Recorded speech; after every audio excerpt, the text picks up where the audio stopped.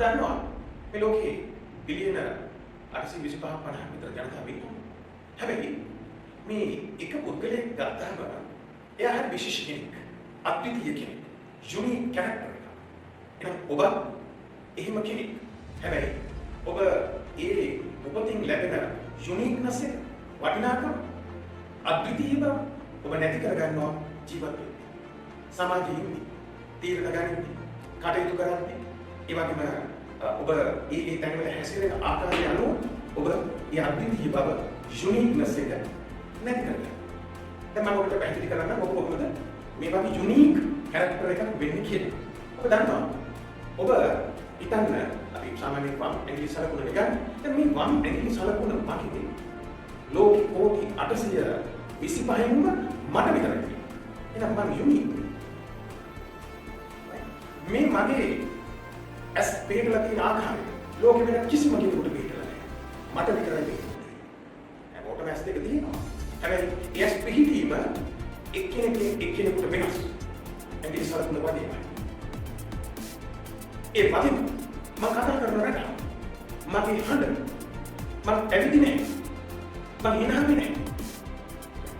මගේ චාරිය රටාව සම්පූර්ණ මටම විතරයි තියෙන්නේ. ලෝකෙ කෝටි 825 ඉන්නේ ජනතාව. හැබැයි මම වගේ කෙනෙක් ඉන්නේ. ඒ වගේම තමයි ඔබ හැමදෙනාම ඔබ වගේ කෙනෙක් ලෝකෙ කොහෙවත් නැහැ. ඒ නිසා ඔබ යුනික් කැරක්ටර් එකක් කියලා කියනවා. අපි තේරුම් ගන්න ඕනේ අපි මේ ලෝකෙ ඇවිල්ලා ඉන්න කණ්ඩායම අතර එකම එක්කෙනයි. එහෙනම් මම තීරණ ගන්න ඕනේ කොහොමද? ඒ විදිහට ඉඳලා එක්කෙනයි මම ඉන්නේ ලෝකෙ. දැන් මම කරන්න ඕනේ මේ අදාළ රටට ලංකාවට වෙන රටකට කොහේ වුණාම අදාළ රීති මාලාවට එකලව මට ඕනේ පිළිවෙල කරන්න මම කටයුතු කරනවා. කාමවත් සංසන්දනය කරන්නේ නැහැ. No any comparison myself with others. Why? We don't want what compare. I myself, I am having my own identity. I am having my own style of behavior. I am having my own way of decision making. I am having of all according to my identity. මේවා වෙනස් කරගත්තොත් අපි මොකද වෙන්නේ? නිකන් සාමාන්‍ය මිනිහෙක් වගේ වෙනවා. නිසා අපි මේ ලෝකෙට ආවේ ඊටම සුවිශේෂ වූ චරිතයක්.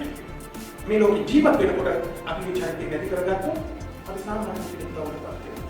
අපි එනකොට ආපු ඒ අනන්‍යතාව එහෙමම රැකගත්තොත් අන්න අපි සුවිශේෂ චරිතයක් හැටියට සමාජයේ රටේ ලෝකේ ගොඩනැගෙනවා. ඒ ගොඩනැගීම තමයි ඔබ දිනපතාම කරන්නට ඕන කරන්නේ.